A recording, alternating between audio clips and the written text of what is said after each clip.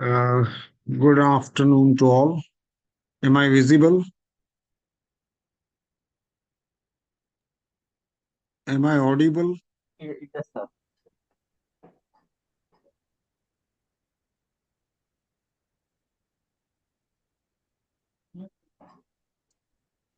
Is there anyone there? Yes. Am I audible Yes, sir. and visible? Yes, sir. Okay, we better begin. They will soon join us. They take 2-3 minutes. So today's session will be that of Dr. Rajesh Bharwad, and he is going to speak on feminism and gender studies. Let me introduce him. It's a moment of great pleasure for me to introduce one of our students rather, one of our students to my other student participants. Dr. Rajesh Bharwad is an associate professor of English in the Department of English at Sri Govind Guru University, Godhra. He earned his doctorate degree from the MS University of Baroda in 2016. After serving as an assistant professor of English from 211 to 2018, sorry, I am 2011 to 2018 at Government Engineering College, Bharuch.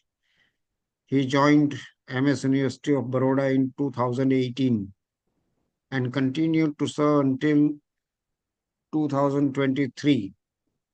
His research areas include postmodern literature, contemporary fiction, posthumanism, and emerging trends in diaspora literature. In addition to active presentations at conferences and publications in reputed journals, he received a prestigious fellowship at the Shastri Mobility Program from the Shastri Indo-Canadian Institute, New Delhi, in 2020. During this fellowship, he pursued his research on intersectional diasporic identities under the supervision of Professor Nandi Bhatia of the University of Western Ontario, Canada. In 2022, he was invited as a visiting fellow at the University of Hyogo, Kobe, Japan. During his stay in Japan, he carried out his research in environmental humanities and taught a course on English language skills to the students of business economics at the university. So he has led quite an eventful life, and he has served in Bharuch, he has served in MS University Baroda, and now he is with Guru Govind Singh University. So he is an experienced person, and he will certainly enlighten you. So I hand over to Dr. Rajesh Bharwad. Sir, you can begin your session now. Okay? Uh, Thank you so much, sir, for your words, encouraging words. I still remember your my pleasure. classes, and I was one of the students, and I still remember that joy of listening to you in the classes. So, yes, you have been the inspiration, and my stay at the Department of English was one of the most memorable times of my life. I still cherish those days, and I'm so happy today that I'm part of this program and interacting with my, juniors, perhaps students. So, but at the outset, uh, am I audible?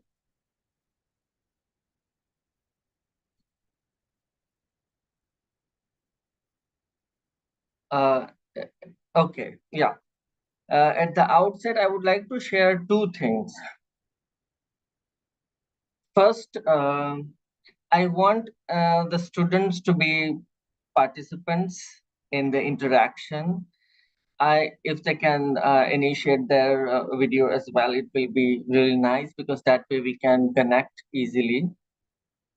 And if possible, we can initiate discussion while I'm engaging the class and discussing some of the theoretical concepts. I will be discussing mainly two things today, and briefly introduce about post-humanism because I don't think I will have that much of time to share everything.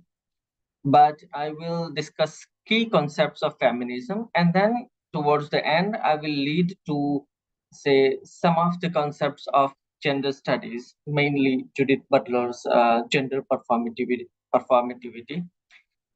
So I hope you enjoy this and learn few of the concepts that I have to share it with you. I will also have a small MCQ test towards the end. If we have some time, I would like to share it with you and see how many of you can answer them. I have just prepared for this session. So towards the end, I will share it with you. Well, I would like to begin my presentation with a PPT in just a second.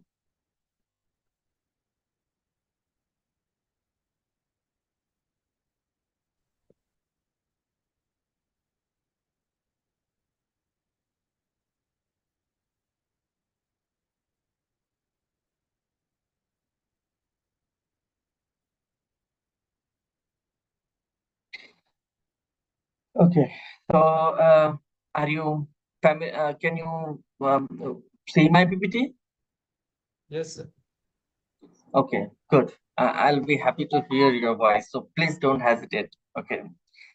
Now, as you all know, feminism is not a new topic for you. You must have studied it perhaps at your undergraduate level.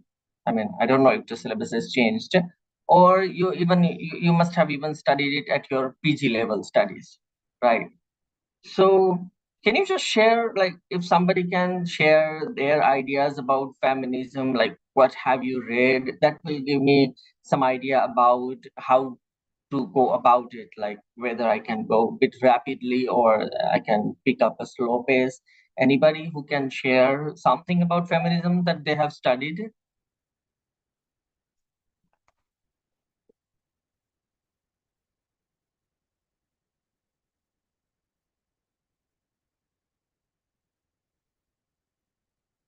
Okay, have you studied feminism?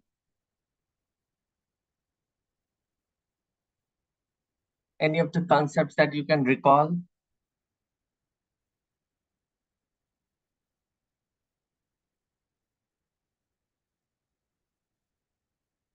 You can even text if you are not very much comfortable.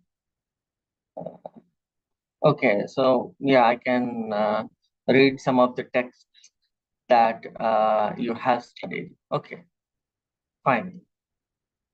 Let me begin with what I have to share it with you. Just a second. Yeah.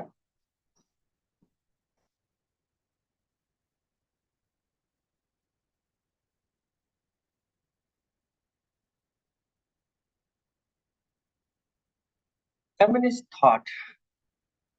So you must be knowing that feminism advocates equal rights and opportunities for all the sexes, irrespective of their caste, gender, class, and race.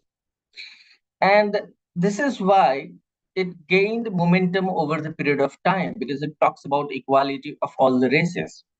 Although it is mainly associated with the rights of women, but in general, feminism is about having equal rights of all the sexes.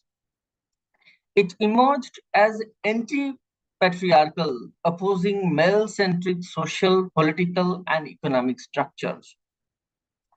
Like these are the basic concepts that I'm sure you are all aware about, but just giving you an outline. So why it has to be anti-patriarchal in the first place? Because according to feminist, patriarchal system attempts to coerce or suppress the voice of women. Maybe in the next few slides, we will understand more in detail.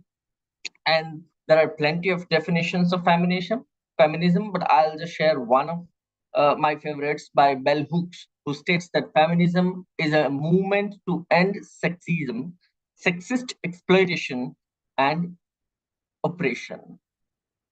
Feminism is a dynamic movement that has evolved over time. I mean, although the general idea of feminism may relate to the same concept that, okay, they want to have some kind of equal status, they want to have some kind of, say, dominating position, because they have always been suppressed historically, culturally, economically, politically. They want some kind of resistance. But over the period of time, it has gained some momentum, and it has developed from one status to the other status, and that's why it has been categorized into, say, four waves. I'm sure some of you might know about it. Say the first wave, the second wave, and the third wave, and the fourth wave. So we will discuss today all these four waves one by one, and then lead to, say, some of the concepts of gender studies. So let's discuss about the first wave. Okay. The first wave is generally categorized between 1830 to 1920. And see, since it was the beginning of the feminist movement, it mainly concerned the idea of equality, but in terms of gaining basic rights. Because the earlier period of times, during that time, the position of women was not as equal as men. For example, they had to struggle for their rights to vote. Critics such as Mary Wollstonecraft, Sojourner Truth, Suzanne B. Anthony, Emmeline Pankhurst. So these writers, they tried to give some voice to the the voiceless women. Because historically, if you see women, they have always been subjected to domesticity. What is the role of a woman? The role of a woman is to just stay at home, maybe rear children and look after men and things like that. Okay. So the basic idea of this first wave, and particularly the writers such as Wollstonecraft, they wanted to give some voice, and her famous work of Vindication of Rights of the Rights of Women is one of the very famous books. And that in that book, she really spoke about the basic rights of the women. And indeed, historically, they have been always given some kind of, say, the second class citizen. Okay, although they if we look at the literature, and the same thing can also be found in literature. If you see in the literature of 18th century, say 17th century, 18th century, and 19th century, even in 20th century, the voice of, say, women was not as rapid, as powerful as we see today. But it is because of this women, such women activists, and the voice of feminism, which has brought them to today's situation. So, well, that's my background for, say, the first wave. I'm not going to discuss too much about the first wave because, it talks about the basic rights and uplifting the women from, say, the domesticity. So it is an early, say, giving rights them, even for example, giving right to vote is something which we can find in the first wave. So such achievements, let's say, were very important in this, say, the first wave, so the time between 1930 to 1920. Then we have the second wave. I believe that the second wave was more important historically and culturally, because this wave is something which gave, say, not only the voice, it strengthened the voice of the women, but it also gave some kind of, new dimensions to feminism. The earlier feminism mainly concerned, and if you notice, they were mainly concerned with, say, basic rights, equality, educational opportunities, and things like that. But it is the second wave that actually gave new dimensions to, say, the education, the voice and their status in society. So how this second wave changed all the, say, dimensions of the feminist voice. It not only had just one voice, but there were multiple voices, in one direction, that is to uplift women. So historically, the second wave was more radical in nature as well. And we can begin with one of the famous writers, Simone de Beauvoir. Her famous work, The Second Sex, which was published in 1949, say in French, and then later translated in English. This text was one of the most radical texts as well. Now, how is this wave different from other waves? Firstly, this wave questioned the idea of, say, reproduction. It acknowledged the fact that women are not women because they are born as women. Because, like as most of you must be knowing, I mean, you are all MS students, so I assume that you must have studied this somewhere here or there, that women are women, as society says, because they are born as women. Okay. But are actually women because they are born as women? I mean, if somebody can text or something, can you answer this? Why women are women? Are women women because they are born as women? Do you agree with this statement?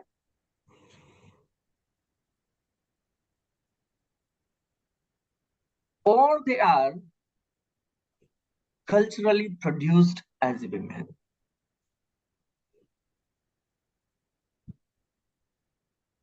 Do you follow me?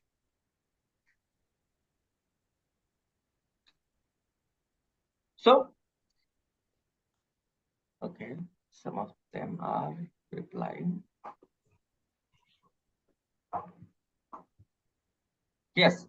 So you can see, yes, culturally produced as woman. Very good. Bharti Sadrangani and Pratham Patel. Yeah. So they are culturally produced. Yeah. So this idea of cultural fiction, the idea of gender of the feminine gender, say, yeah. Somebody please, okay, mute your voice. Yes. So the idea of the gender of woman as cultural production. See, there are two categories here: sex and gender. Sex historically is attributed as biological. That, okay, you are born as, say, for example, as woman or men. But the gender, particularly the gender, feminine gender, is this gender something which is associated, like as society associates to, let's say, feminine gender to women, right? The role of woman. It is because of their cultural appropriation. It is because historical, cultural, social, and political oppression. And it is because they have been, say, brought up in that way. So here the role of society and culture comes in, as say, one of the important things in shaping the gender of women. So women are not women as we usually, or as people usually call them as women, but they are women, or the gender, but in particular, is associated with this cultural appropriation. So they are appropriated as women. They're not as feminine gender, like, So in that case, this is a very remarkable statement, because this gives, a vehement, a very strong attack to patriarchal system. It says that the patriarchal system is responsible for the production of, say, this feminine weak gender in particular, or the second sex, as Simon de Beauvoir says. So you can say that this is a very this is, say, for example, one step away from the first one, which simply asked for basic rights. But here we can think that it not only asks for equality, but it also investigates the root causes of, say, women's oppression, the way they are oppressed, coerced. Secondly, it goes even further, right? It is not simply in terms of cultural appropriation, but it also seeks to amend the rule. How can we change this? So there's a question in the critic's mind, in the theorist's mind. How can we change the status of women, right? So is there a way? Can we do it by just giving them equal status? And in the first place, how to get that equal status? Is it really possible with this given role of woman being a mother, having this kind of activities, domesticity? Can we actually have the empowering status of women? Okay, so there are some answers, in the second sex by the writer himself. So, as I said, it gives, say, it addresses both the legal and cultural dimensions of gender equality, advocating for social, economic, and political reform. So, on the first hand, it is about reforming the culture and political system, because this system is actually, biased towards women, and that is why it needs to be changed. So, it talks about the root causes. Secondly, it also examined biological, psychological, historical, and cultural explanations, as I said, that why women were appropriated as women. And that is very much visible if you look at any history, any historical book, or if you look at any novel for that matter. If you, like, during those days, or novel of, say, 18th century, 19th century, you can easily understand the status of women, the way they were, like, the role of women was to just, look after children and things like that.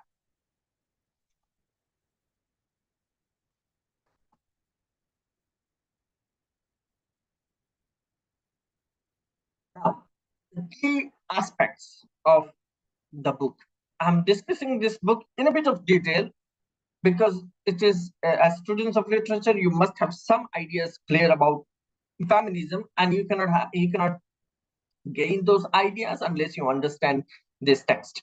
So the first and foremost idea, rejection of feminine nature. Okay, like, it was like, I mean, at the outset, if somebody asks a woman that reject your feminine nature, now that's something of a radical statement. It's like asking women to not to be women, right? Then if not women, then what to be? Okay, so rejection of feminine nature based on physiological, because you are, it is a strong statement to women that you are women not because you're born as women, but you're made as women. It is not your actual nature. So the construction of female identity, or the way women associate themselves with feminine nature, all those things, delicate nature and things like this and that, you must be seeing, in the movies also, women are beautiful, they are delicate, they are supposed to have these qualities, they're supposed to, and anything which is different is criticized, or something which is not like woman, is considered as, say, taboo, or something, even worse. So you see that it is an acceptance that feminine nature is not something which they were born with, but it was something which was attached to them. Okay. And if you think about it carefully, it is not wrong to believe in the statement that, no, why, for example, just look at your own home and imagine the way you have been brought up as women, the way you have been asked to behave, the way you have been asked to admire and look after beautiful things, or maybe to be more beautiful is one of the, say, duties of a woman. Why is that so? Why isn't a man brought up like that, right? So that concept of feminine nature is not something that women were born with, but that was actually culturally inculcated, encouraged, and that's why it was something that was rejected outrightly in the second sex. Now then, they did not stop at this point. Okay, it was just the beginning. The second most important thing that they argued was reproductive function. Now, most women actually take pride in rearing child, say maybe becoming a mother. But then this text actually was very aggressive and vehemently attacked on that particular aspect of women, that reproductive function as being responsible for tying women to the domestic sphere of, like, why women are tied to the society or maybe the domesticity, because they have the responsibility of children. They have to real it is their duty to raise the child. It is their duty to look after all those domestic fear. Now this, see, we never thought that this could be considered as, say, or maybe this could be rejected by some of the critics like this, because it is something where most women take pride in. But say Simone de Beauvoir, she clearly stated that it is because of this reproductive function that women are mostly associated with domesticity. And not only this, because of this, they are also connected with, say, nature as well. Because if you look at nature and the animal world, what happens there? Most animals, they look after the children, say that, and they mostly have to worry about their survival, things like this and that. Okay, rear children. So animals have only one duty: to rear children, or not children, but say their babies, and then they have to raise them. Okay, that's all they have to do. There's no other motive. They have to eat, feed, and then raise their, babies. So in this way, women are also attached in the similar category of animal, say nature. So that's how it is the second sex, not the first sex, right? Because that is more. And what is the duty of a man? The man is an authoritarian person, rational person, dominating. Man is not part of nature. Man actually controls nature, whereas women are part of nature. They are associated, and that is how it is, it becomes very obvious and natural that they are supposed to be controlled by men. Okay, now where did even Simone de Beauvoir, she got inspiration from existentialism. I mean, I'm just referring to this as, some of the keys. For example, the ideas such as freedom and responsibility. So she got cues of, like, for women to get upliftment from the idea of existentialism. Now, it also acknowledged that women are considered as just the other object. Now, this other object, as I said earlier, this is, say, one of the harshest criticisms of, say, feminism, because women lack the values. And that is why, in the approach of this feminist thought is to attain masculinity. Like, it is like, what is the job of a woman? Like, to eliminate all those domestic roles, like according to this, say, critical viewpoint, to eliminate all those domestic roles, to get rid of the reproductive function, and only then they can attain the superior status that the men enjoys. So, in other words, by attacking the idea that feminine gender is not something which they were born with, but it was culturally inculcated, or women were appropriated as feminine gender, or as a female, and that is why we must renunciate. We must renounce all those qualities that were associated or that were developed by the patriarchal society. I mean, that was something which was, say, proposed by the second sex. Now, they also tried to find some solution as well. For example, say, the negation of the system of marriage and motherhood.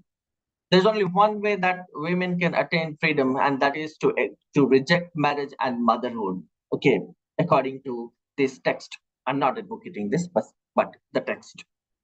Now, because the root cause of their domestic, because what does a marriage do? The marriage brings women to the patriarchal system, subjecting them to domestic sphere, assigning them the roles of motherhood, and that is where all this begins. But there is also one solution that they hope to propose. Of course, that wasn't there, but they wanted it in this way. They wanted to free women from domesticity and reproductive chattel. So with the help of some technological tools, of course, these days we have cloning and all those systems, but then, with the help of technology, they wanted women to be free from this reproductive function. So that's how it is a bit radical as well. Yes. Now, within this framework of the second wave, there is a very important debate, the essentialism debate, for and against. Now, I would like to begin this debate with a simple question. Is a woman because she is biologically female, or because she behaves like a woman? As we already discussed, that she doesn't behave like a woman naturally, but she behaves like a woman because of cultural appropriation. But this essentialism debate, so we have a debate here. So the writers such as, say, Simone de Beauvoir, she clearly stated, the anti-essentialism movement or a stance. By her, we just have to reject, negate, and completely eradicate the, say, feminine gender, which was actually cultivated by, say, patriarchal society. But then there is also the other side of this debate, wherein there are certain, say, theorists who wanted to celebrate womanhood. And so there is a debate whether a celebration of womanhood we should go for, a liberation from women, say, womanhood. So you get liberty, you get freed from womanhood, or you want to assume it completely, accept the difference, and celebrate it. So this is the debate which was the central to this, the essentialism debate. Okay, if anybody can point out on the debate which side they want to align to, I will be happy to in the comment section. So there are anti-essentialism, anti-essentialism in writings of Shulamit Firestone, one of the, say, strongest advocates of, say, anti-essentialist stance that was, say, posed by Shulamit Firestone in her writing The Dialectic of Sex. Now, she clearly posited and she clearly supported, in fact, she advanced from what, Beauvoir, say, stopped, or where she paused. She took it further, even further. So on the one hand, she completely agreed with her on most aspects. And then she also advanced the argument as well. So she also said that women should be liberated, should be freed from domestic roles through technology. So it was like, now, the time was right. So they wanted women to be freed. So once the reproductive aspect of women is no more there, there is absolutely, say, so the assigning of women's, women's role and responsibility is absolutely done away with. Because when there is no more, say, child rearing responsibility, when there is no motherhood, there is no woman. So in this case, and they are also right in one sense, because they believe that this feminine gender, this womanhood, is not something like, in particularly the aspect of gender, is not something that they were born with. It was cultural appropriation, and it was right to do away with it. So in this case, they wanted technology to liberate them from, so, all those duties of a motherhood, right? So belief in the biological difference as the root cause of the discrimination. When there is no biological difference in one, so with the aid of technology, if there is no biological difference between man and woman, then there is absolutely no discrimination. Okay, but in this case, the belief is that women they were not born with the feminine qualities. So that's their argument, and that's why they wanted to do it. But here, if there is no biological difference, then what is a woman then, right? I mean, it is, in my opinion, like going towards the masculine identity. So a woman's attempt to go towards masculine identity.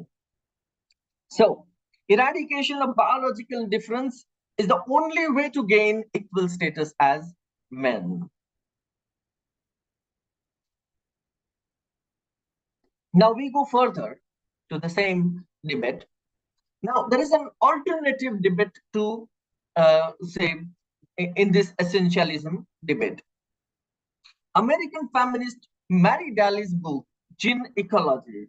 Now, she advocates some kind of balanced view, because if you see in, say, Shulamit or in, say, Bawa, then you can see that there is a radical view which is not only anti-societal, but of course very hard to, very difficult to put it into practice. But if you look at Mary Daly's view, she advocates some kind of a balanced view.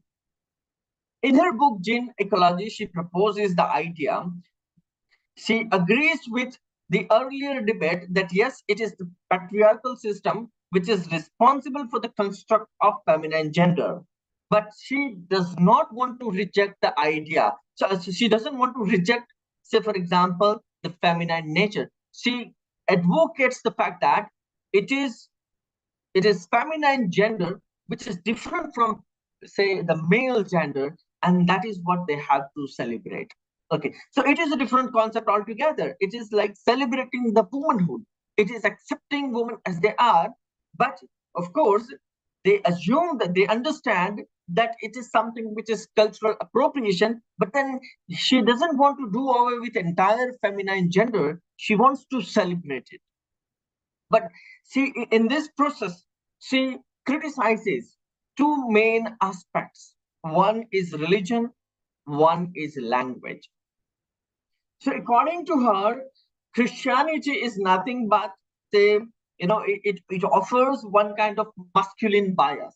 Okay, because if you see God, Jesus, so power trickles down from the male, not from the woman. So society inherently is patriarchal in nature, and she associates, she attaches these, idea through religion, if you can notice. Second is language. Language has been, say, as women say, that it has been developed for men, and it has been developed to control all the others. All the others means, everything which is not men here, right? So all women and everything. So language is one of the central things which, Mary Daly tries to attack. She wants to, in fact, create a separate dictionary for women, because this existing language does not offer separate space, because everywhere you see all those, and if you look at it in a way, she is right as well. For example, if you see history, okay, whose history? Is it a woman's history? No. If you look at history, you will always see the stories of kings. You will always hear even the word history is about his story, not her story. And that's why, some people have coined different words for history as well. So language as inherently biased, as inherently, in a way, perpetuating that idea of patriarchal, or say, limiting the freedom of women in one. So according to them, language does not have space for women to develop, and therefore they want different dictionary as well for them. And the second aspect of Mary Daly's argument is that she wants to celebrate the connection with ecology. She wants to accept the idea that women are inherently associated with nature, and that is harmonious nature, and that she wants to celebrate. So we have two different arguments here. One is the celebration of womanhood, celebration of, she wants to accept it. She criticizes the malehood for being so authoritative and controlling towards nature. Because if you see what does a man do? A man controls nature. A man limits nature. A man always tries to modify nature. But what does a woman do? Woman wants to harmonize. Woman wants to have positive connection. So it is a positive side which she wants to highlight and she wants to criticize at the same time as far as man's ideology is concerned.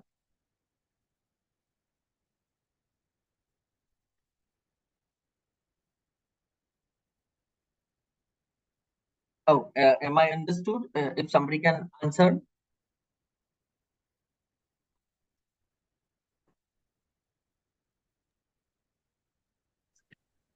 Yes, Okay. you have done the right thing. Feminism is there, but they have no idea about second wave, third wave feminism. So now you come to third wave feminism. Okay. Yeah, I'm just going towards that only. Yeah. Okay. So we see to, but like I believe that second wave is a very critical wave in terms of development of ideas because it gave multiple viewpoints. Anyway, so we see literary feminisms here, different how the second wave was applicable to literary criticism as well. So we see here key aspects. One of the greater ideas of this, or maybe you see the contributions of feminism was phallocentric literature. Now, what does this criticism apply? Now, if you see, women writers evolved at a later stage of time in the history. It wasn't in the earlier period of time when women writers were, could be writing in a greater way or in a rapid way. No, it wasn't that case, right? It was at a very later stage that many women writers, developed the taste of writing. But in this case, examination of representation of women. So what does this criticism do? It applies on male authored text. So representation of women. So the job or the task of this criticism is to identify women characters in the male authored text. So what happened here is that the practice of approaching male authors from feminist perspectives became known as phallocentric criticism. So critics exposed stereotypical female characters. So, like most of the characters, say, the passive roles, they're active, say, simple tasks, the domestic roles, or maybe, when they are doing, when women are doing something which is not say conducive to the society, they are easily outcast. Wise women were called as witch, for example, and exploit say, and then in many texts they were say punished as well. So such kind of treatments, and particularly the idea of the sexuality was also highlighted. For example, Lady Chatterley's novel, it reveals the celebration of masculine sexuality.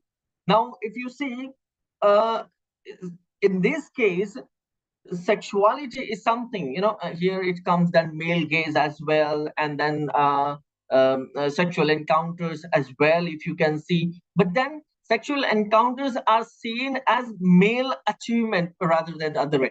On the other hand, the female characters, they are, maybe criticized or for not following norms. So they have two categories for women, either virgin or poor, right?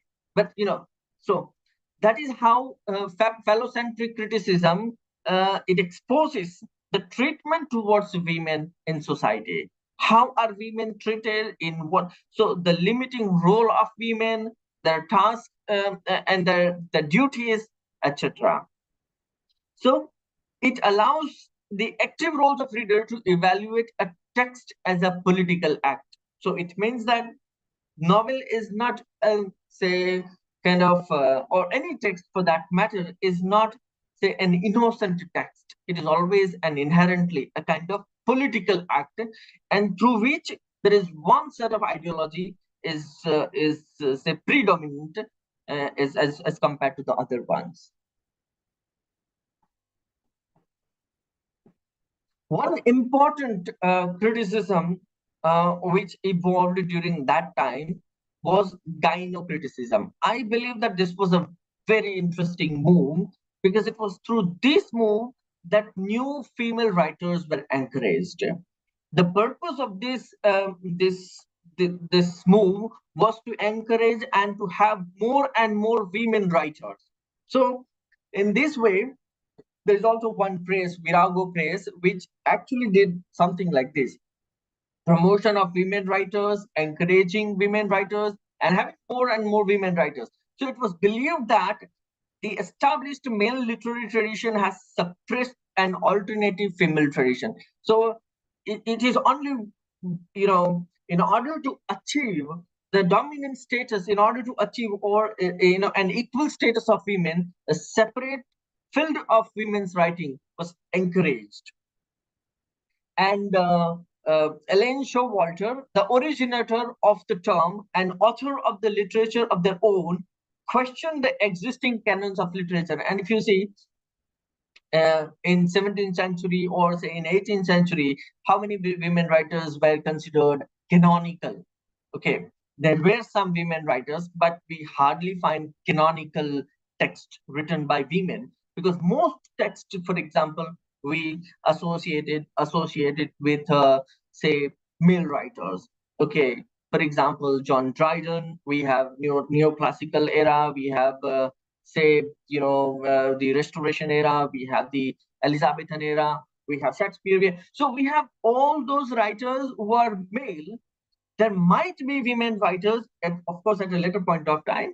In the earlier history, there wasn't many, but in the later period of time, there were women writers, but then the voice was not as wasn't much heard. So canons were also biased and public. It's a biased and say not say giving enough dues to women writers. So Ellen Showalter, she wanted to criticize this canonical writing as well, that there are no accepted canons. So it is like revisiting history and then re-evaluating it through say different say maybe feminine perspective. So she argued for gender specific analysis of text written by female authors. Interesting of this say criticism is also the fact that there are two interesting ideas. One is that text should be written, of course, by women, but also women texts should be read differently. So it is about reading women texts with a different sensibility, unlike men's texts, right? So it is about different kind of readership which was given, say which was highlighted by gynocriticism, that women's writing cannot be read as men's writings are read. So a different kind of say readership was encouraged. Second was that if you many of you may have heard about or read about it, George Eliot, for example. Okay, she was George Eliot was not a man. It was pseudonym of a female writer. So there were female writers who were forced to assume male names, and this also indicates the kind of discrimination, the kind of unacceptance of women writers during those era.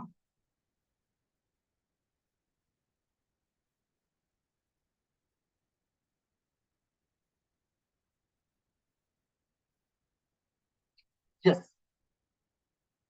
Feminism's turn to psychoanalysis and deconstruction. Okay, these are a bit heavy terms, but I will just try to. Okay, if you have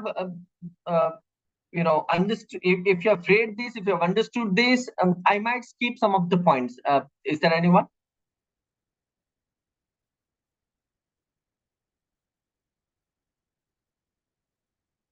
Okay, then I'll continue.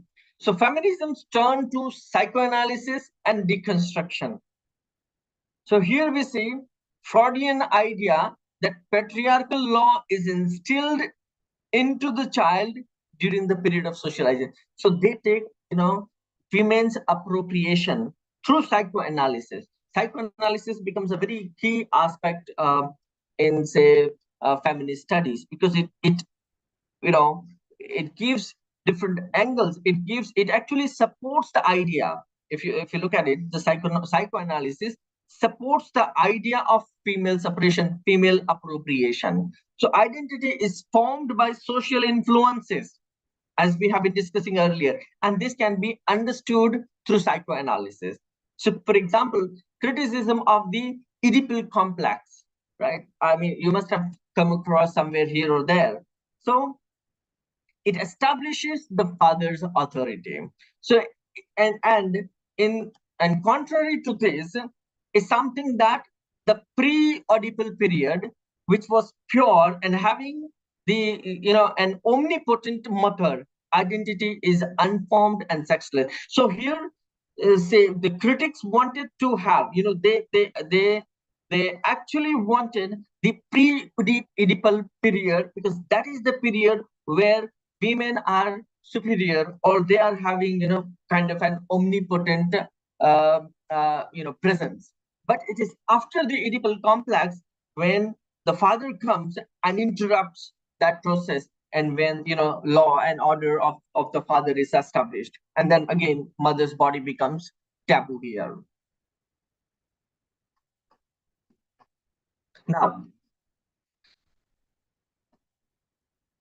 a creature feminine, I mean, that I would like to associate with deconstruction. Suppression of the difference as madness and perversion. So language having the sole voice of the male. So how to solve the problem of language then? If language is not owned by, say, if language is the system which is owned by men or which is controlled by men, then how to resort to what kind of tactics that women writers should adopt? And then there is one thing, the different way of writing, feminine writing. And feminine writing is characterized by disruptions in the text. So unlike, say, the male's linear, logical, authoritative, and realistic language, feminine language is eccentric, incomprehensible, and inconsistent. So here, it is one way of rejection of the authoritative language. So what kind of language should a woman writer write? Woman should write which is something which is eccentric, something which is incomprehensible, because they have all historically they have been suppressed and oppressed, and now they have got the voice, and this voice must be kind of destabilizing. So it has to destabilize, say, or question or subvert in postmodern term or in deconstruction way, to subvert the authoritative tone of the male figure in the language. And how can do that? How can they do this? They can only achieve this by destabilizing, by questioning and subverting the very language that stands here. So female's language cannot be logical, cannot be authoritative. It has always to be inconsistent, incomprehensible, and eccentric.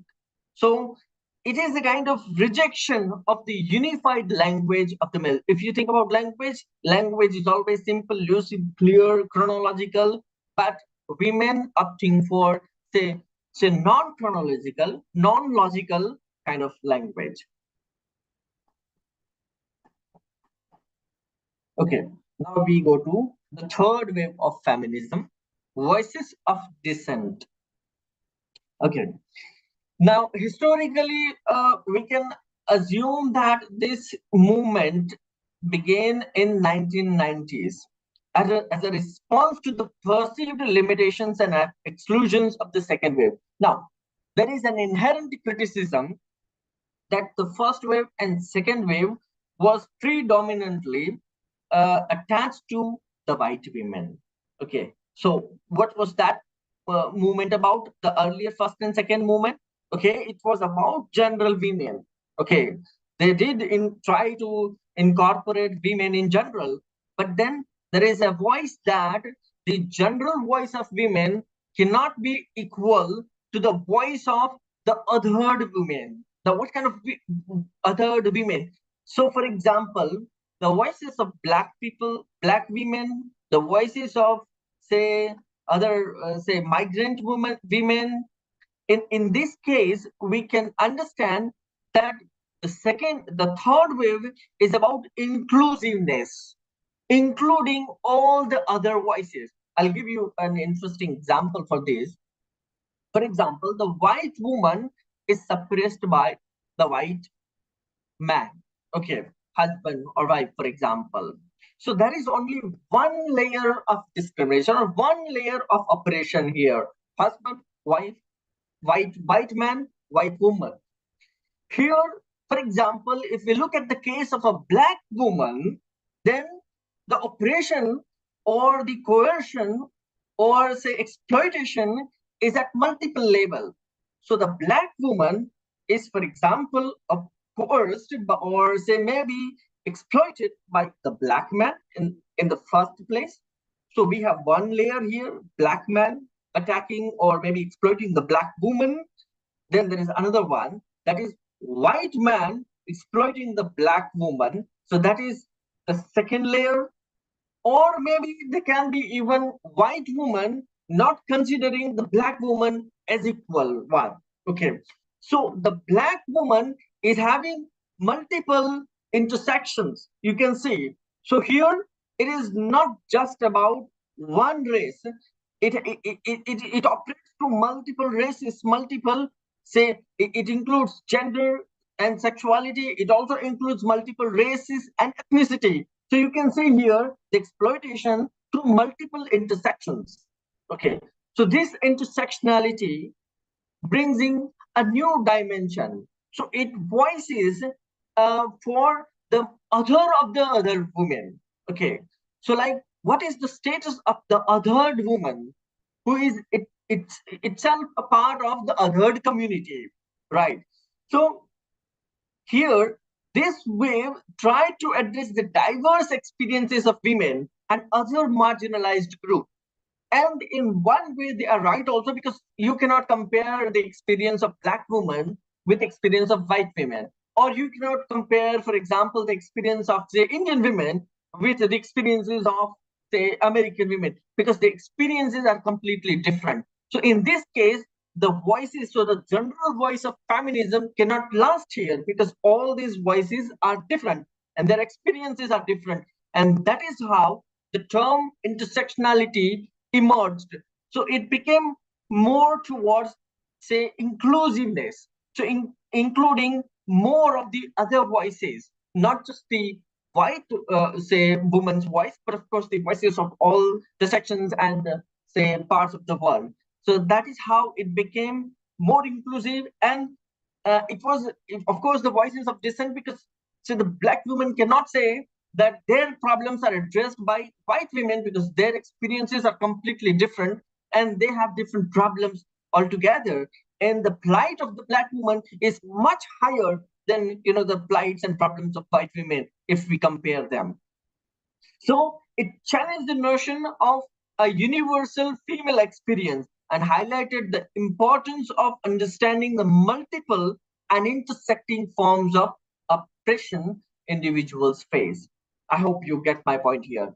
And not only this, it also brought about voices of black, lesbian, and other marginalized sections. So you can see here, there are multiple angles interacting here.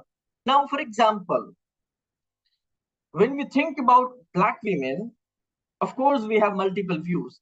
But when we think about lesbian women, their problems altogether different here, right? Because their discrimination, their exploitations, and their voices, they are different than the general voice of the white women. And that is why, all these marginalized sections, they came to say, voice their own problems. And this way, and in this way, the third wave becomes more kind of inclusive.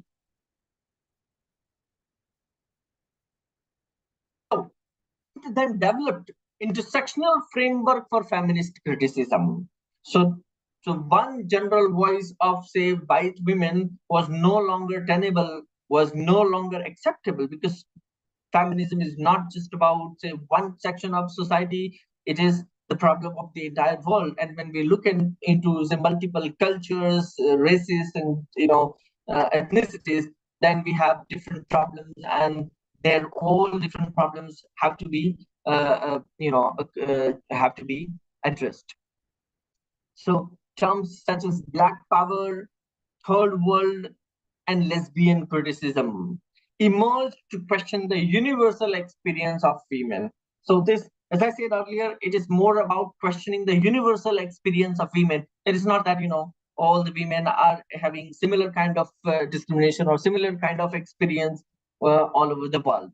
So here, sexuality as a cultural construction and a political choice rather than biological determined position. We have already seen this point as well.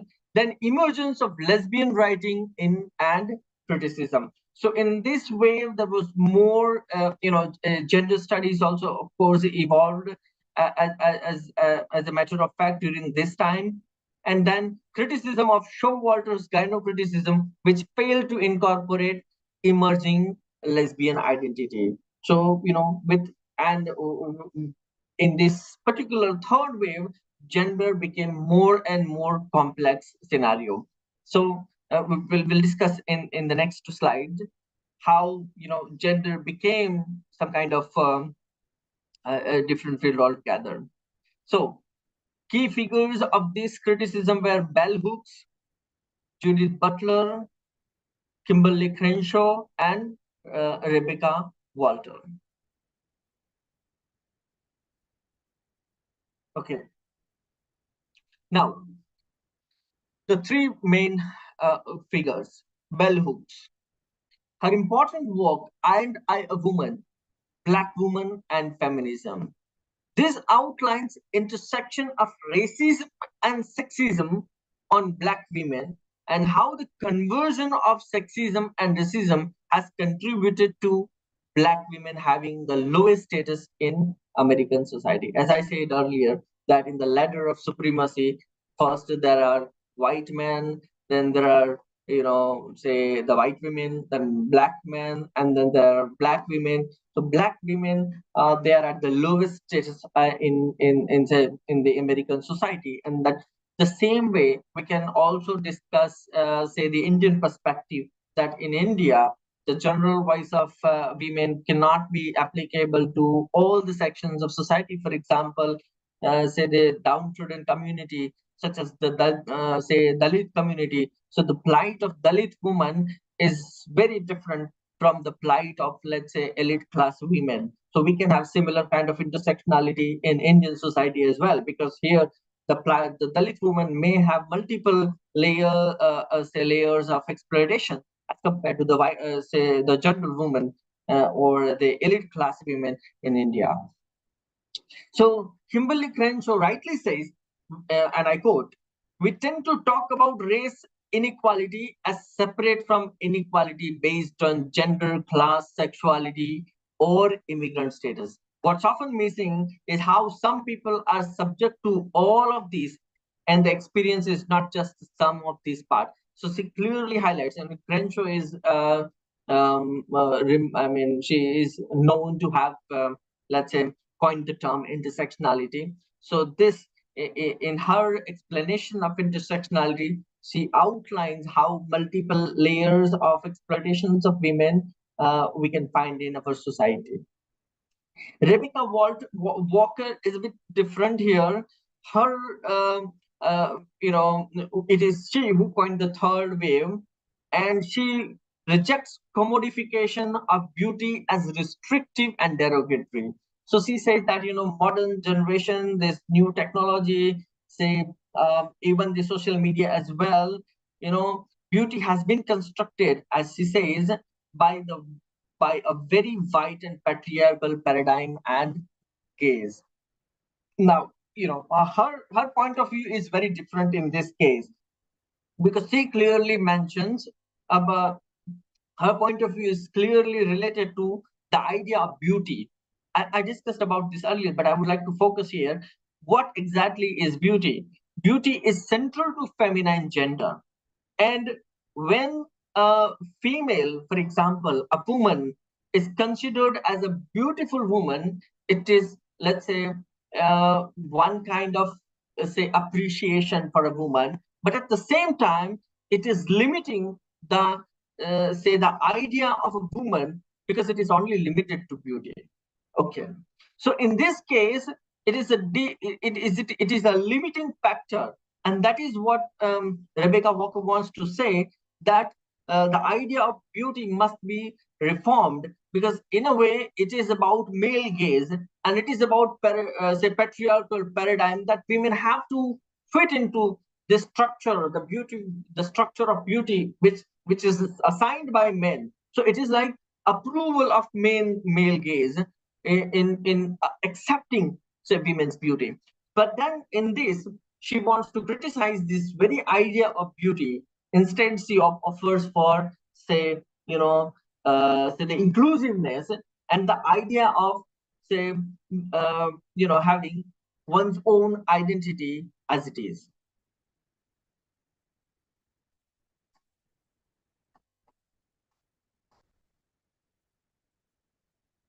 Okay, now we go to Judith Butler and her idea of gender. I was not very sure of how much time I will get, but okay, whatever time I have.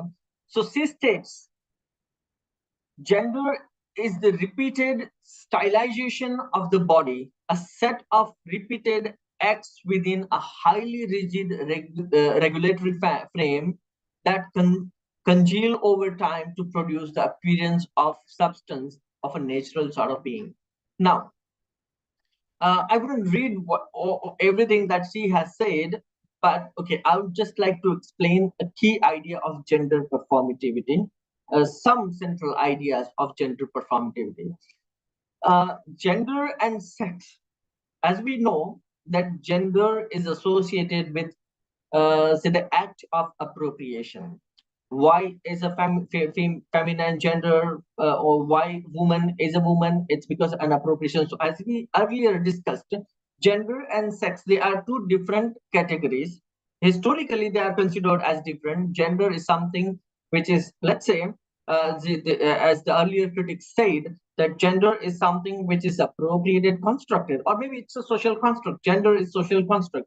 On the other hand, sex is something which is given, okay, which is biological fact, which is biologically kind of fact. So she has rejected this idea or binary of, let's say, gender and sex. She says that just as gender is appropriated, sex is also appropriated. And in a way, as we say that, in this way, she tries to attack the idea of heterosexuality, because heterosexuality is something which is cultural construct. Okay, why the proliferation of heterosexuality is a kind of cultural construct? Because it is a promotion of culture. Anything which is opposite to his heterosexuality is something which is aberration, something which must be stopped, something which is to be rejected, or in total. So the society's refutal of anything which is, say, which is not heterosexual is like a kind of confinement of established, or confinement of one set of sexuality, and which is heterosexuality. Now, when gender is defined, when gender is constructed through this social structure, sexuality is also constructed through this, social norms. So what I'm trying to say here is that when gender is appropriated, for example, similarly, sexuality is also appropriated. Because when so as it says, gender is constituted by the act of repeated performance. Okay, so whether it is masculine, whether it is feminine, or any sort of gender or any gender role, when they are structurally and culturally constructed, or rather imposed, according to her, they are imposed roles. In this way, sexuality is also, say, the construct of society. But according to her, gender and sex, they are based on some kind of performance. That's what she calls. So here, just as gender is appropriated by culture, gender in a way also appropriates sexuality. So it is a very fluid concept, gender and sexuality. So in other words, there is no givenness in this sexual terms, whether it is gender or sex. There is no givenness, because they are fluid in nature and they're based on, say, repeated performance, as she calls.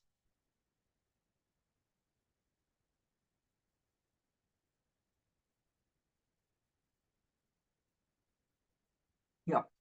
So, further explanation of what she says. So, according to traditional feminists, sex is considered as a biological category, as I said, while gender is seen as a historical category, right? However, Butler challenges this distinction by arguing that our gender acts have a significant or impact on, say, on us in physical ways. So, when gender changes, sexuality also changes. So the matter of fact here is that there is no givenness either in sexuality or in gender, because they are all repeated act. They are all, say, based on the repeated acts of performance. And for Butler, then, sex is not simply a bodily given onto which construct of gender is artificially imposed, but rather a cultural norm that governs the materialization of bodies. I mean, this might look a bit difficult to understand, but what I'm trying to say is that both gender and sexuality, they are interrelated, and they are fluid in nature and subject to social and cultural norms.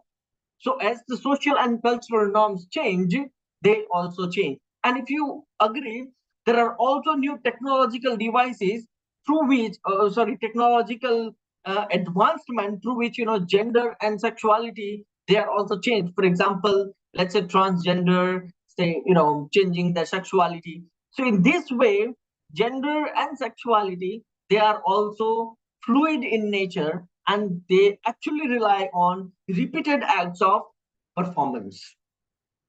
So it is not simple fact or static condition of body. So the idea here is that the rejection of the static body, that the body has given role. For example, there is a static gender or there is static sexuality. It is not the case here. It is based on repeated performance, and through which gender changes sexuality and the vice versa.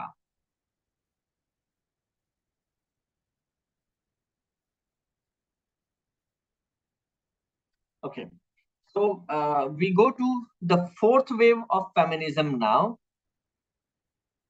So this emerged in the 21st century, but it is characterized by its focus on digital activism. So the fourth wave is mainly concerned with digital activism, as you must have heard, these days. For example, Twitter, Instagram, and then YouTube, and all those things. So activism through digital media defines the fourth wave. So here, the idea of digital activism and intersectionality, which we actually saw in the third wave as well.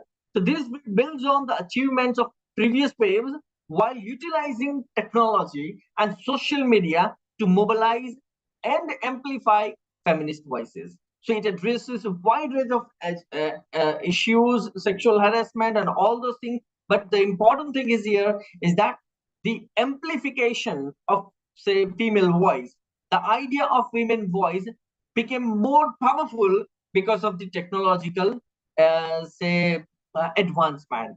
I'll just give you a few examples so that you can understand it in a better.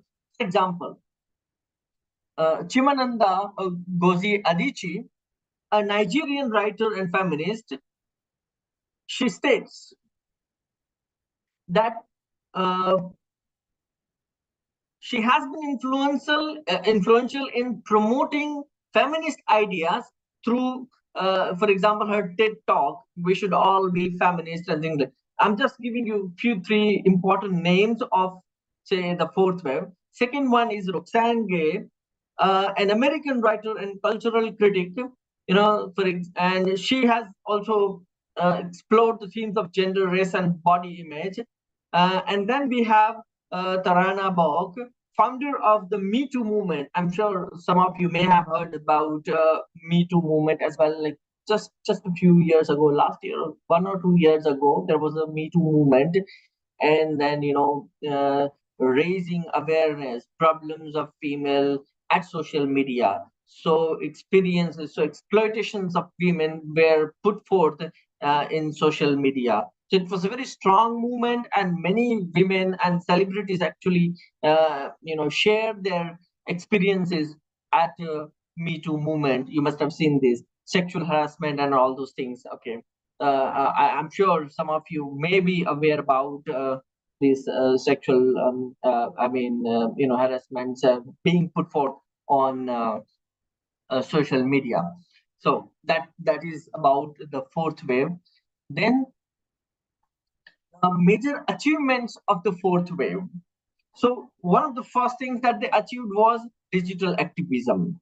Okay, because of digital activism, the voice of women say became widespread, and it was, for example, available, and it was noticed not only by one section of society but almost everywhere in the world.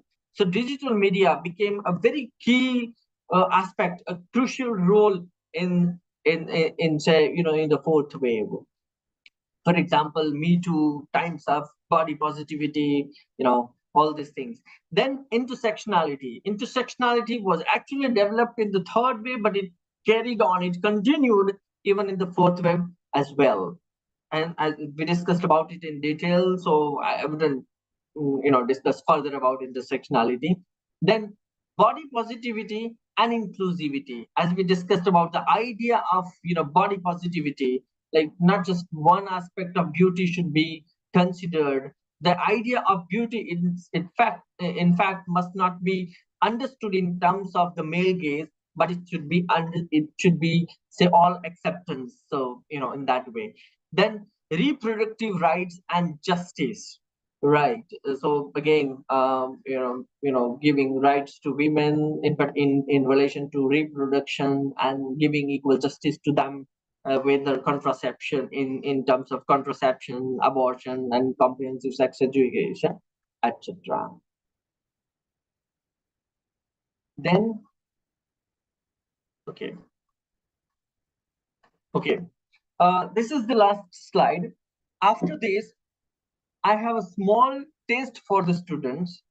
I have devised 15 questions, and I want you people to answer me either in text box or I don't know. It will be nice if you can write your answer in text box, and then we can discuss if you are available right now. So other important terms: ecofeminism, which is an interdisciplinary term which is associated with say women and environment. Then we have black feminism, again an interdisciplinary field analyzing gender, sex, and gender, race, and class. Then we have Chicana feminism, again an interdisciplinary field that centers on experiences and perspectives of Chicanas, women of Mexican descent living in the United States. And then we have indigenous feminism. I'm not I'm not going to discuss too much about them. Then again, it could be like too lengthy. So I just curtailed my presentation up to this point. But I have 10 minutes for you people. I will give you I've specially designed 15 questions, MCQ questions, so that you can prepare it for your NET exam. So according to that, I've devised 15 questions, and I hope you can answer them based on the points that I have covered in this session. Is that all right, sir?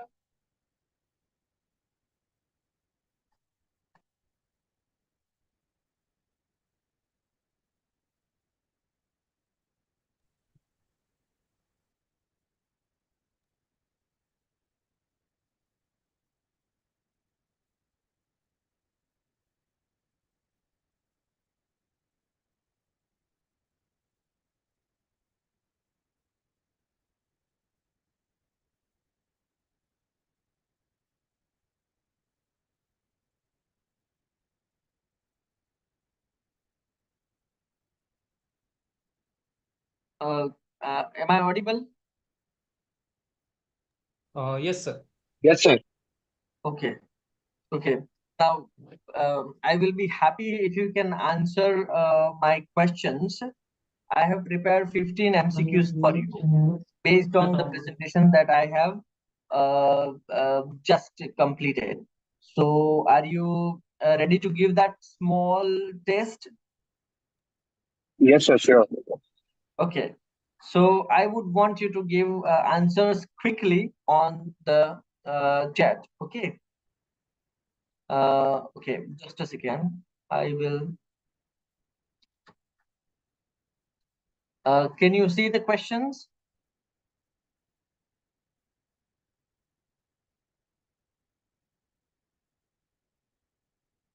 Yes or no? No, sir. No, sir. Okay.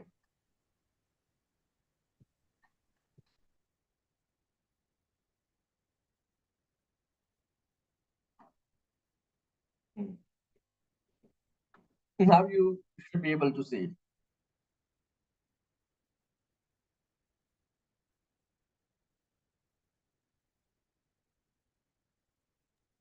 Yes, sir, it's visible now. Okay. So, how will you answer? On chat or oral?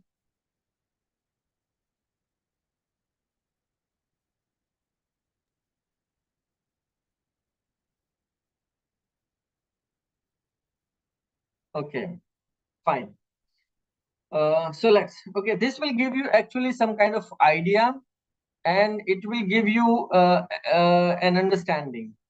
And I will also be able to understand whether you have understood this question. So in NET, actually, there are two types of questions. I was just the other day I was looking at old papers, and I saw that there were two types of questions.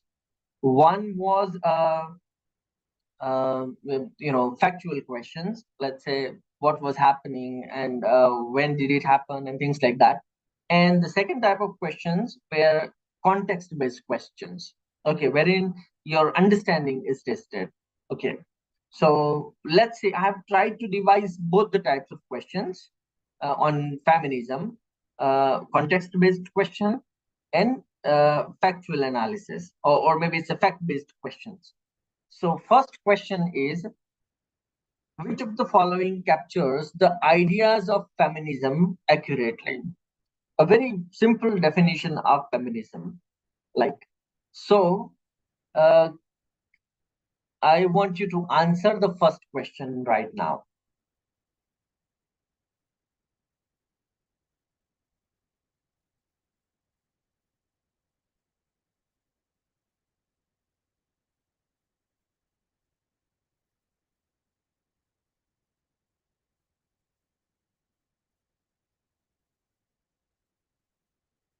Okay, I have got some.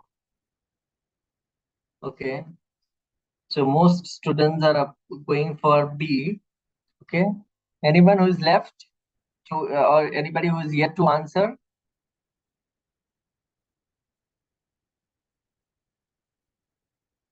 All right. Okay. So have you all answered?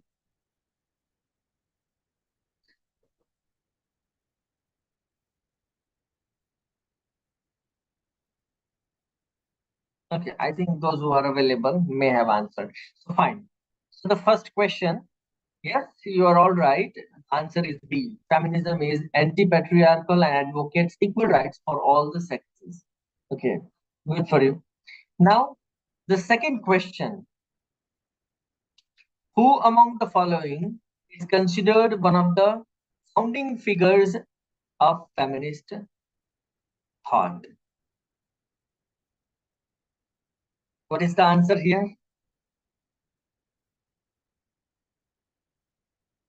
Okay.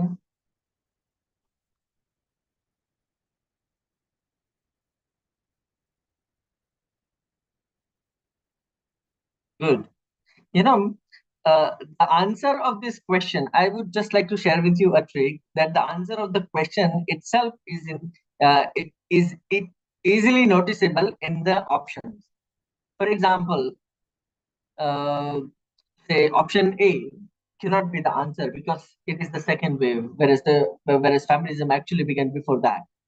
Sarah Heston, okay, that's something. I mean, say some postmodern writer. I mean, critic, if you know. Judith Butler again in the third wave and fourth wave. So that is the only answer. Mary Wollstonecraft. You're all right. Okay. Now, third question. Who among the following wrote The Second Sex?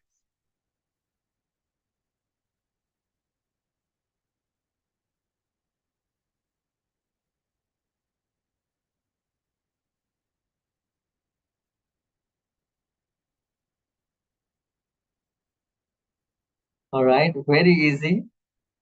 So yeah, most of the people have answered A, and you're right. Okay, good. That was an easy question. Okay, I'll see. Okay, who among the following argued against the reproductive function and sought its eradication through technological aid?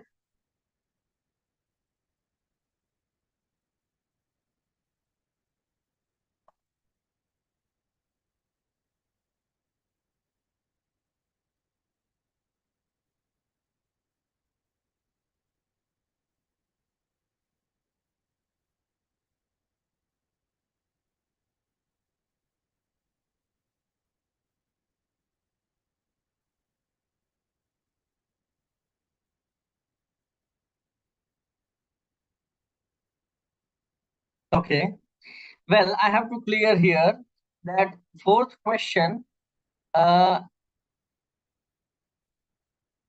and B both can be applicable because Bawa can did she also, but I actually wanted to remove A option, but I somehow forgot it.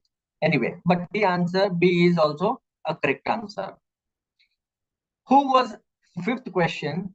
Who was heavily influenced by existentialism in the theoretical framework of feminism? Fifth question.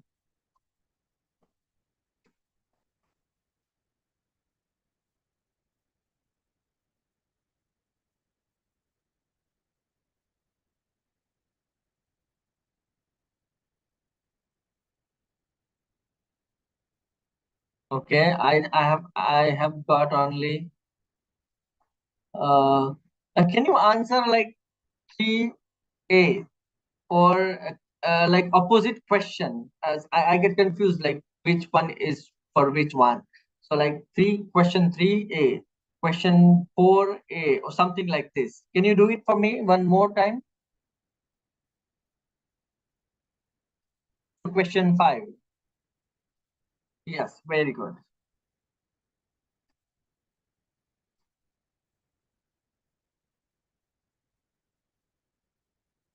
Okay, so I've got a few of A's.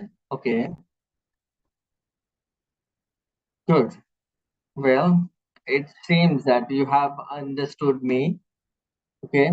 Sixth one, which of the following statements agrees with Mary Daly's argument?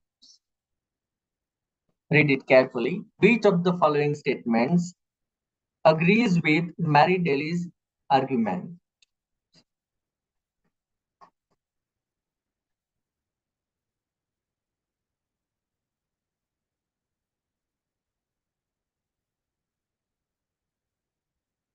sixth one.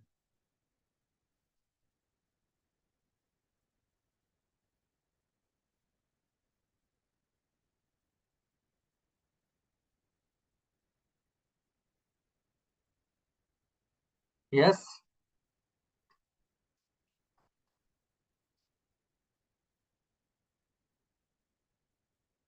Okay.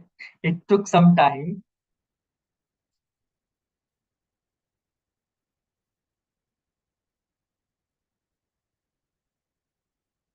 Okay. One person has said B and C. Okay. Others have gone for B.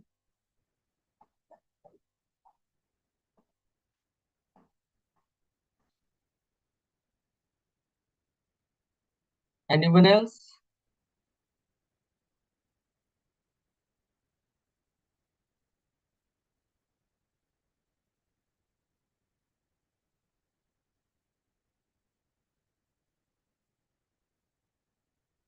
Okay.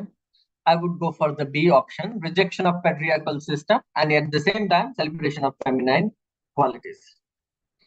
Now, the seventh one, who among the following wrote in ecology? Seventh, this is easy, yes.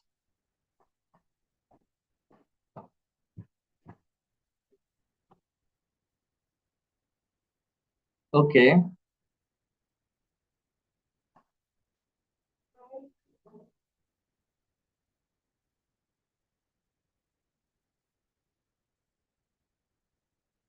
all right. Very easy. Okay, most of you are right here. All of you are right here. Seven. Eight. Which of the following defines Afrocentric criticism?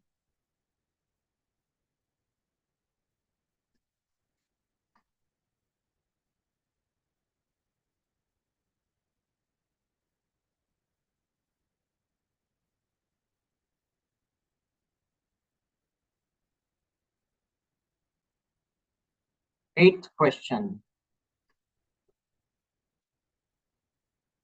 Question number 8.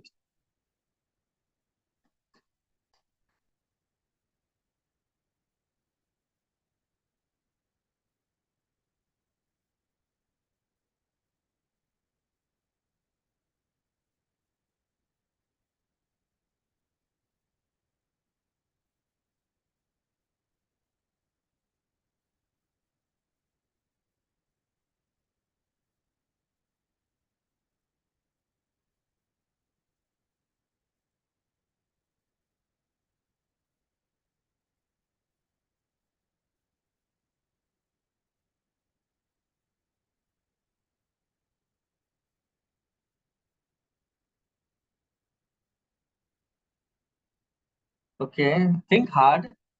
It's not difficult.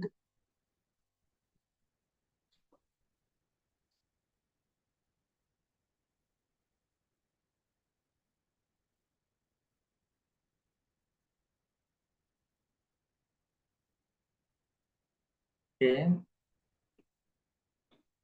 This is the question which has all the options except C. Yes.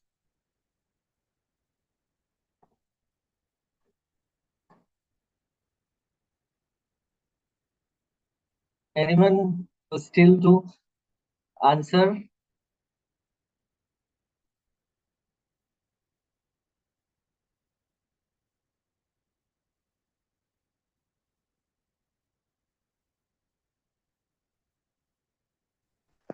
Okay. The answer is 8B here. Recognition of female oppression in men's writings. Ninth. Who among the following identified women's beauty as a trap to suppress them?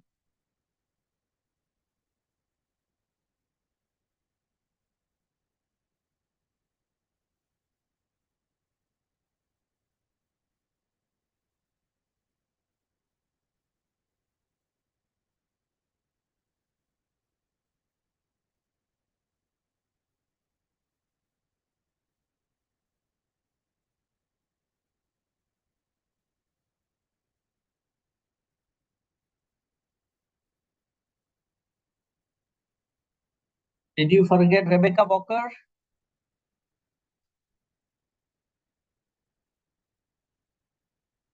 We discussed about how beauty is commodified, right? By and the fourth wave as coined by Rebecca Walker, right? Okay, good. Now you got it. Okay. So this is in the context of my presentation. So okay, good. Now the 10th one. Who among the following questioned the idea of considering sex as a biological category? Okay. 10th.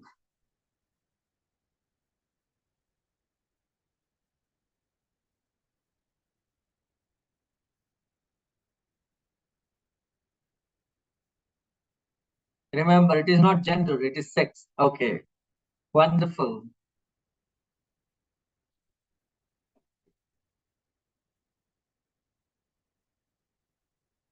Okay, I want other people also to try. It's not a test anymore. Just you can just give it a try.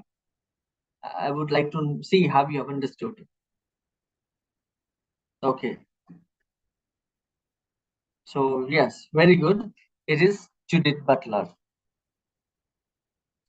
11. Which of the following waves of feminism advocated digital activism? This is very easy.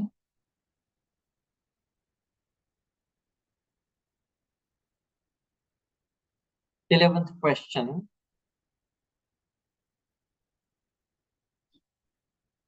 Okay.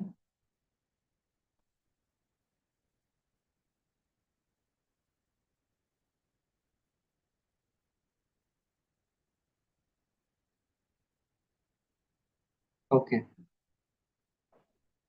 Good. It's not third wave, it is fourth wave. So yes, it was categorically more important in the fourth wave, digital activism.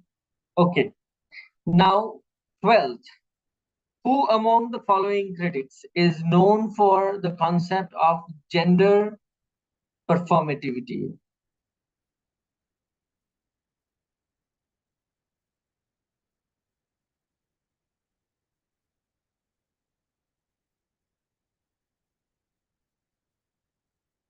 Yes.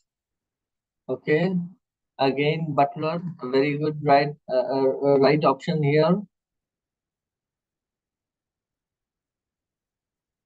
13th. All right. Who among the following wrote the dialectic of sex?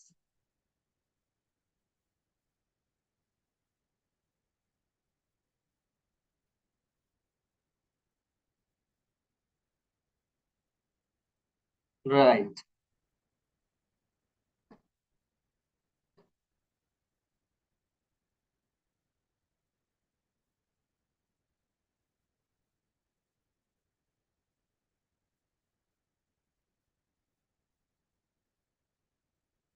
Okay. Who among the following is associated with the fourth wave of feminism?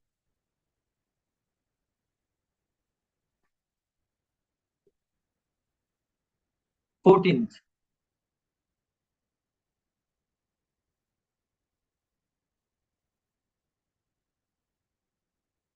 Think about it.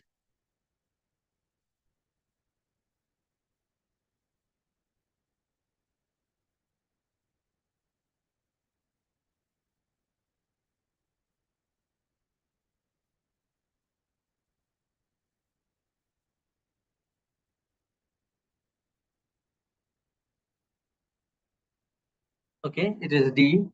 And last one, who created the term gynocriticism? Okay, this was very easy. Okay, everybody knows about it. Ellen Showalter. Good. I think out of 15, 12 or 13 were easily answered by you. Only a couple of questions here and there. So, all right, I'm happy that you could answer most of the questions, whichever I have discussed. Now, I would close Okay. Yes. So, is there anything that you would like to discuss, or anybody who would like to share anything that we can? It was a lengthy presentation. I hope most of you would have understood, or at least got the idea, the basic idea. I couldn't cover most of the, like, many of the parts given the time, and of course it's not very conducive idea to have everything in just one PPT. Yes, post-humanism is also an idea that I would like to discuss, but I think a very separate idea, so it requires a separate session for that. But anyway, so if there is anything that you want to share, any student, anybody.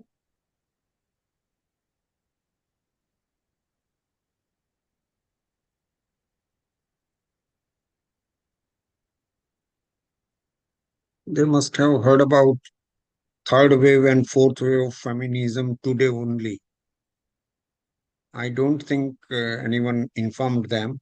I'm talking about my students, that they know about third wave and fourth wave of feminism. I closely followed your lecture, but by the time you came to third wave criticism, I had to go to university. And when you were putting fourth or fifth question, I came back. Okay. Someday we will have once again this kind of lecture, okay? Because the majority of them are final year students and hardly half a dozen of MA previous or second semester students. Hmm.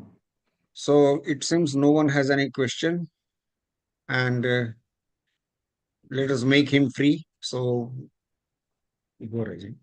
So, on behalf of the department and on my personal behalf and on behalf of the student participants, I thank you for sparing your time and talking to us. So have good time, good day. I think we call it a day here. Thank you. Okay. Thank you so much, sir. Okay. So tomorrow at 10:30. This will continue up to 31st May.